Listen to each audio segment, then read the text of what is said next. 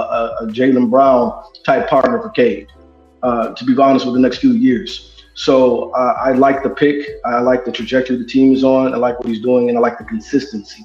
As for JB himself, I personally would have liked to see a hungry first-time coach. I like Sean Sweeney, Sam Cassell, those type of guys, etc. But JB is solid. I think he has a good track record in terms of being able to get a team to the playoffs.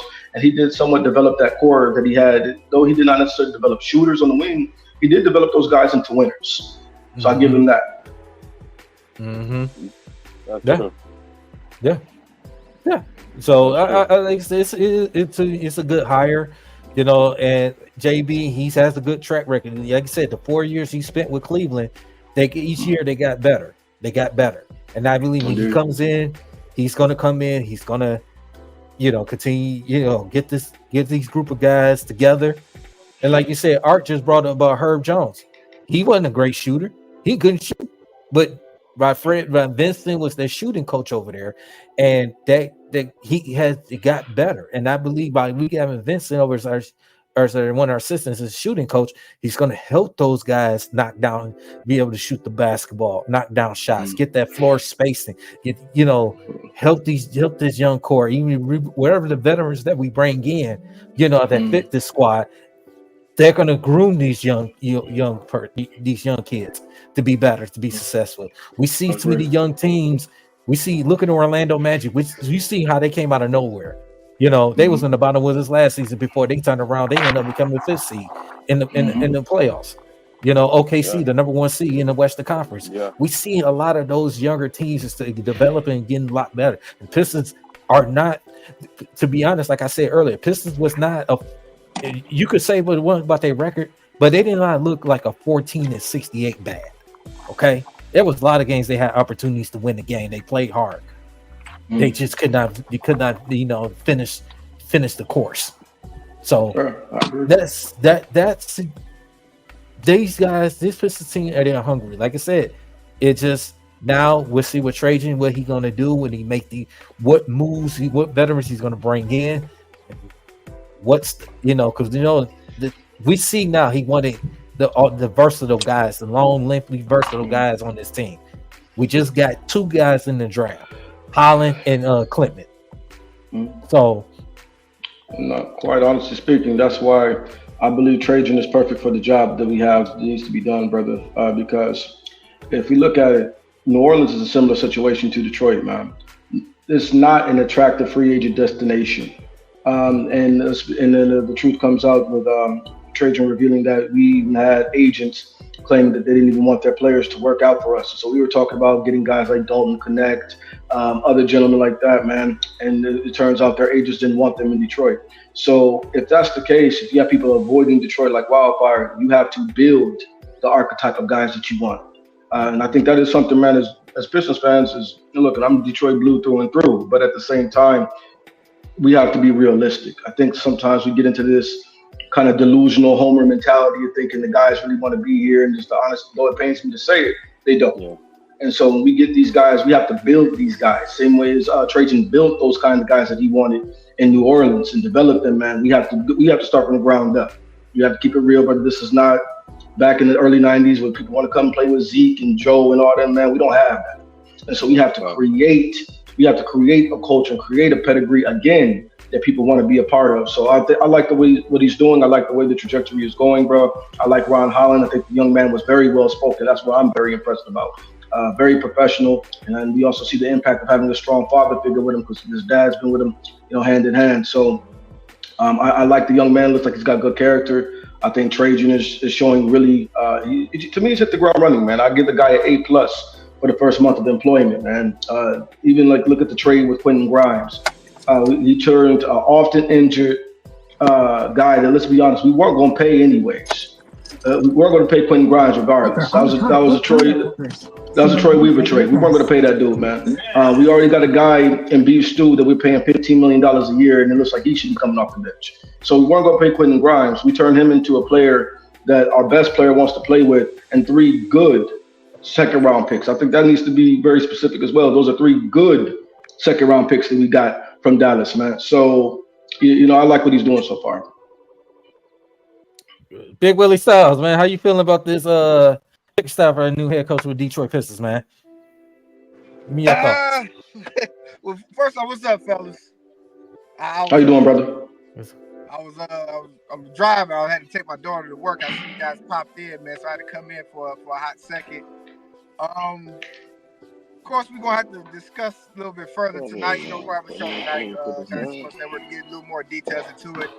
I'm still piecing it together as far as like what my thoughts is. As far as like Bickerstaff goes, um, look at his track record. He has a good track record, and looking at what he's done over at Cleveland was around the same time that we was going through the same process with us here at Detroit with I agree, Dwayne Casey.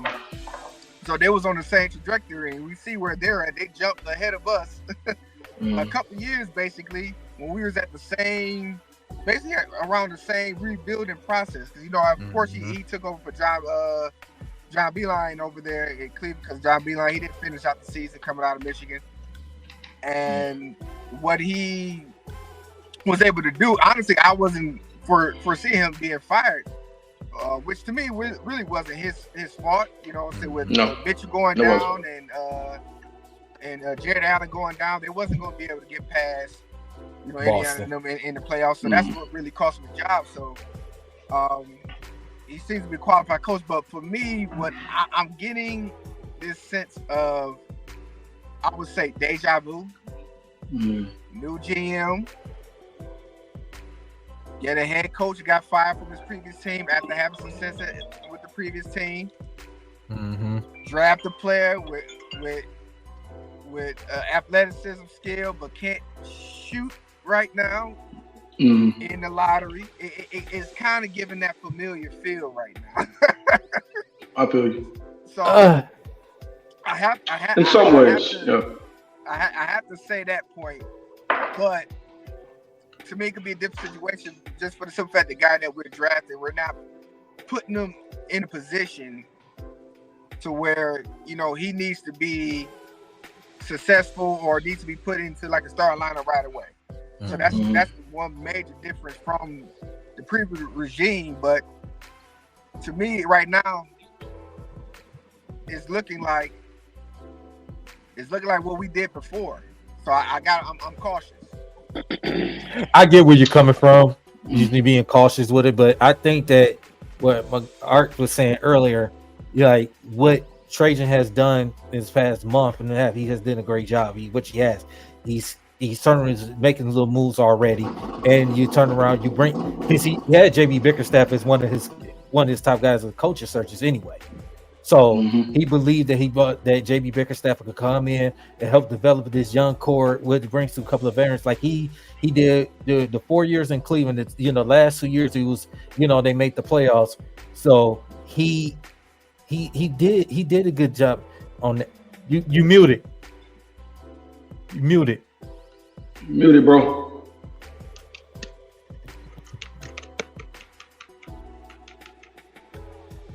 We can't hear you, bro. You muted. No, I'm sorry. I had a phone call. I meant to. Oh no, you good. That was good. actually Big A calling me. So we was talking about it before I got on here. He might pop up in a second. Okay. Yeah, but I just think that, you know, it's not a bad hire at all. To me, you know, like I said, it wasn't everybody's number one choice. You know, I'm quite sure it wasn't a lot of people's everybody's choice of JB Bickerstaff. You know, he's probably one of the top 5 choices, you know, but as you see, I like the hire, you know, and he's going to do a good job. You know, he actually wants to coach. I think he actually wants to coach. Monty Williams, we all know he didn't really want to hit a lick. He just grab and go. He's just like a monopoly. He just like, I'm robbing your bank and I'm gone. See ya. I don't blame him either. I don't blame him either, brother. He said he didn't want to be here with Tom Gore threw him the bag. Shit, I'd have done the same thing.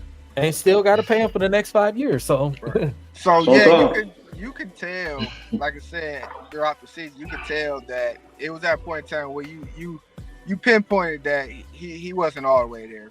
And like you said, you seen his energy. It wasn't like someone that's wanting to coach. You know, being down there at LCA, you seen the, you know, what happens like during the timeouts. Like a lot of times you don't go to commercial. Mm-hmm. You know, when you're down there, you're seeing exactly, you know, how he interacts, and like he didn't have that I need to fire up the squad moments out there. No. Mm-hmm. It was just more of I'm just coasting through. So you could tell he wasn't all the way there. So I'm hoping, like you said, this is a chance for Bickerstaff, because for Bickerstaff, like I said, he was building something over there. Because honestly, he kind of got thrown into the situation at Cleveland, and he was building from there. So I'm not mad at the hire. I just wasn't expecting him to be available, and then I didn't think, you know, I thought all the teams may have wanted, you know, jump on him, you know, quickly as possible as well. So it's still up in the air for me. Like I said, I'm still processing it. So I'm gonna have to do my due diligence, and then tonight we definitely jump into it, get some more details, and we'll talk about it more on my end. So I still haven't, you know, sat still long enough to be able to, you know, give my full, you know, input and take on not just the hire, but the draft, and, you know, what we've been doing with free agency. We got that all wrapped up. You know, free agency opens up this evening as well. So we need to see, might be some shakeups coming up in a couple hours. We never know. We're going to be live tonight to figure it out. Zell, you got some thoughts? Yeah, I find it quite peculiar that that when we have top 5 picks, it's in the weakest drafts in draft history. When we looking for the coaches, it's the most shallowest pool we ever saw. And when it's time to spend some money and get somebody to bag, we got the worst options at free agency. It's just like, we might as well just ball this season up and throw it away and come back next year. That's the Detroit versus everybody, brother. Yeah, exactly. I think in order for us to make the best out of this time, we have to focus on player development. And I think speaking about player development, in order for us to figure out our future, I think the new regime has to evaluate the talent that's on the roster right now.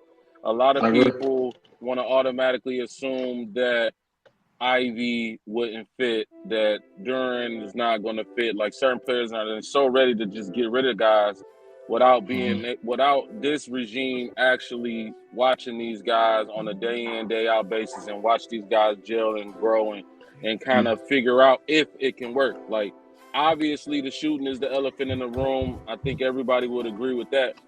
Yeah. But you still have to put these guys on the floor together and see how they gel, see what type of chemistry they can come up with before we start shipping guys out and stuff. I think the writing is already kind of on the wall for Ivy, just because of the archetype that Trajan goes after. Ivy doesn't really fit that mold. And so I think it's tough for him. I think he's starting out behind the 8 ball again. 2 years in a row, which is crazy. Well, really 3 years in a row, because his rookie season, he was supposed to be complimented by a first overall pick, and he wasn't there. His second season, he has to ride the bench for a Frenchman that can't even play for his own national team. And now he gets a new coach who doesn't even like his archetype. So it's like he been and then what's that, 3 coaches in 3 seasons? Yeah. So it's like the kid hasn't even been given a fair shot to be a real NBA player. So I think this new regime owes it to him, and just owes it to themselves to evaluate this roster before we start shipping guys out. And especially the Duran talk, like the Duran talk, gets rid of Duran talk baffles me. Like, Duran was injured all season, man. I feel you. Yeah, he was injured all season. He still made the best of it. We still saw flashes. We still saw. I saw great things out of him. You could see the future of Duran. And then I think the craziest part about it is everybody's so quick to want to ship him out, but it's like, name me 3 guys under 25